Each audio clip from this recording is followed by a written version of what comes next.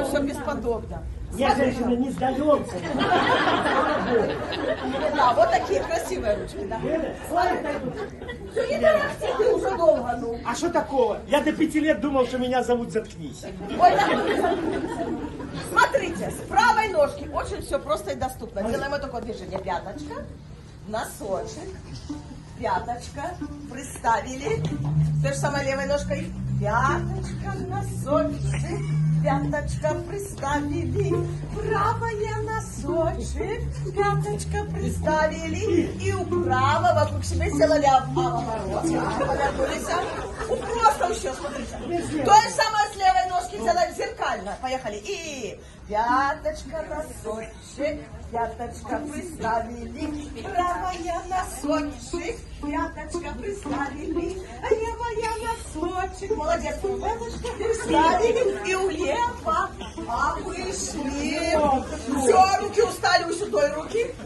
Вот такие шаловливые, знаете, пальчики такие. Ух, можно головой так делать, а?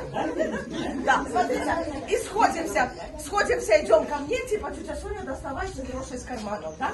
Пошли, такое движение. Медленно кружок. На пальчики. Гроши. Стоп, а я говорю, нема грошей. Такой вздох разочарования. И вернулись назад, опять вокруг стали. 2 раза это делаем, ну-ка еще раз пошли. Подожди. Раньше вздох разочарования был другой, но здесь есть. Пошли, еще раз повторили, пошли. И...